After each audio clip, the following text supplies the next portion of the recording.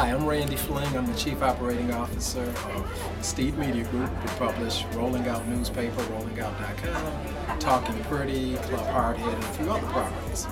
Now, we started Rolling Out back in '98. We got into publishing and did a glossy magazine first, then decided that Rolling Out would be more appropriate because that way we could give it out free and reach different communities. So we expanded it, and we're in a total of 19 cities now. We've expanded it out into, and that way we're able to keep it local in each city, but yet have a lot of national stars on the cover and national content that always includes health, financial education, business education for people, because these are things we think our community has always needed more of. And and then it's good to be able to give a little shine to some people who maybe aren't quite at the national level that some other publications will wait for them to get to. We can honor them and show them and highlight them in our local publications. So that's always been our goal. Well, during the time that we've been producing Rolling Out, we've had a lot of challenges.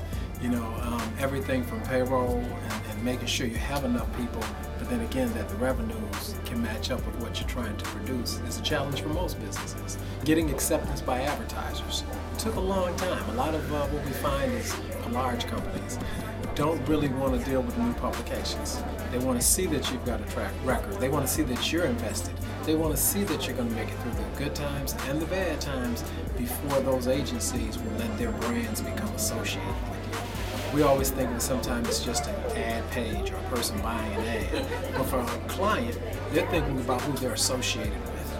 And are you a company and an organization that they want to be associated with based on editorial content that you're going to have and the longevity that you're going to have to build a relationship with them and be a partner to them to help them achieve their goals, which is more sales of whatever their product is. So that has always been a challenge, and we're independently owned, so that's you're normally competing against organizations that might be a part of the Washington Post or might be a part of some other organization that's publicly held and much larger. So those have been some of our challenges. It's a challenge as a minority business because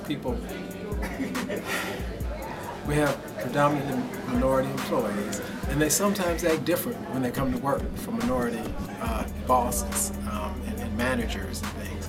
And so we tend to have fun, but we also tend to not necessarily treat each other the same way we might at some other majority company where people know to be I think just a little more conscientious.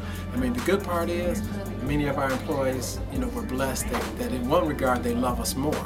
So on some levels we get more from people than maybe they would give somewhere else. And then on some other levels, we get less. So you have to learn how to really work with what you're working, with the people that are there, value them, and be able to try to have longevity.